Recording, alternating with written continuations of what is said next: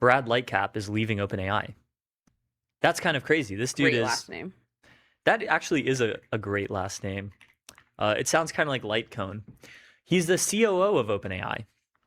He's been at OpenAI for a very long time. I believe since 2018. He joined OpenAI in 2018 as the CFO of the company. In 2022, he became the COO. Prior to that, he was an investor at YC, did finance at Dropbox and at JPMorgan, and he went to Duke. It's kind of cool. Like you see these like titans of Silicon Valley, and you go on their LinkedIn and you look at where they went to college, and like often it's it's just like a normal school, like good school, but not like MIT or Stanford. I think Duke is like pretty good. It's up It's pretty there, good, right? yeah. I do But love to see just like it's not like top tier. like an econ in history. Yeah, I'd love to see like my liberal arts majors winning. yeah. But yeah, So I mean, I saw in our someone sent this in the group chat, and I could only read the text. I shared the message below with the OpenAI team this morning, and immediately just from that, I knew where this was headed. yeah. Team, it is bittersweet to share that I'll be moving on from OpenAI to start something new. I feel incredibly fortunate to have spent most of the last decade pursuing our mission and building this company. Yeah, that's a long time. Sitting here today, mission success feels within sight.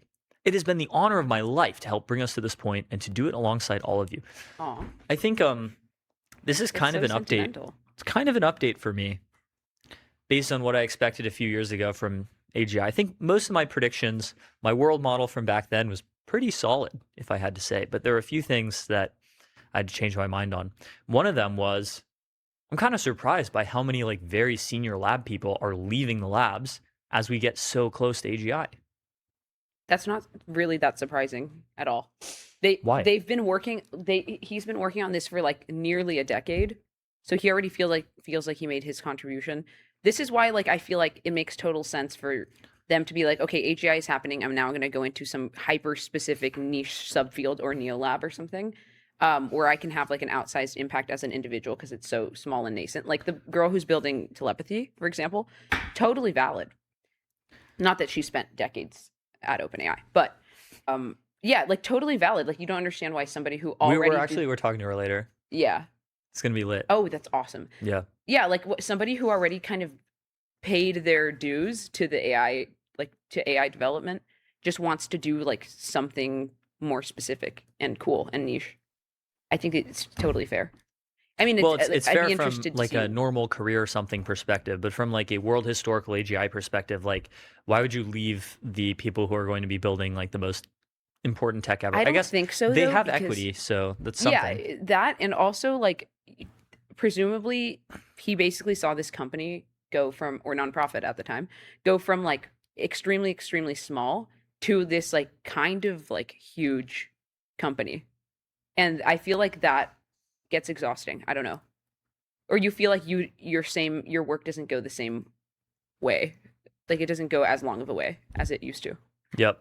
So I think it makes Um, sense.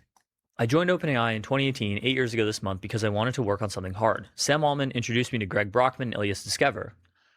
Greg and Ilya were basically running OpenAI for a long time, until like 2019-ish, when Sam Altman sort of started moving away from YC to like take a bigger role. For a while, it was Greg and Ilya. Showed me a pitch deck suggesting that because models improve predictably with scale, AGI was not only possible but likely. If you had told me then that we'd be where we are today, I wouldn't have believed you. Really? You should have trusted the graph more. You should have trusted the straight lines on a graph. I had the privilege of building the first versions of most of our ops and business teams, from finance to legal, people, CorpSec, GTM, Gov, partnerships, and more. Yeah, remember, in 2018, OpenAI was like a small niche research lab. They were a nonprofit research lab. They were doing stuff like reinforcement learning research for like game playing agents. They like a year after that was when they did Dota.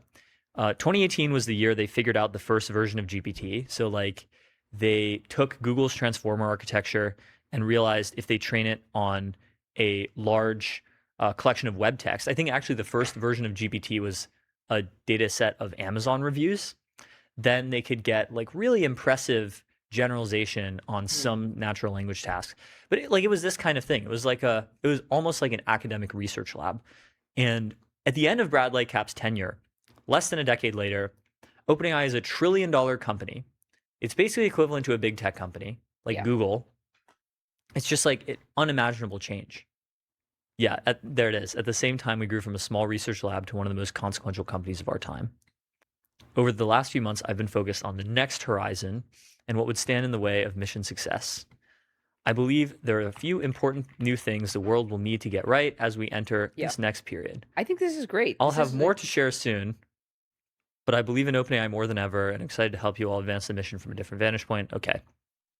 Yeah, great. Top comment is Joanne Zhang, also ex-OpenAI. OpenAI keeps on bleeding talent. Altman needs to have an internal leadership meeting and take charge of his ship. Yeah, bro, I'm sure Sam Altman has never thought of having an internal leadership meeting. Like, what?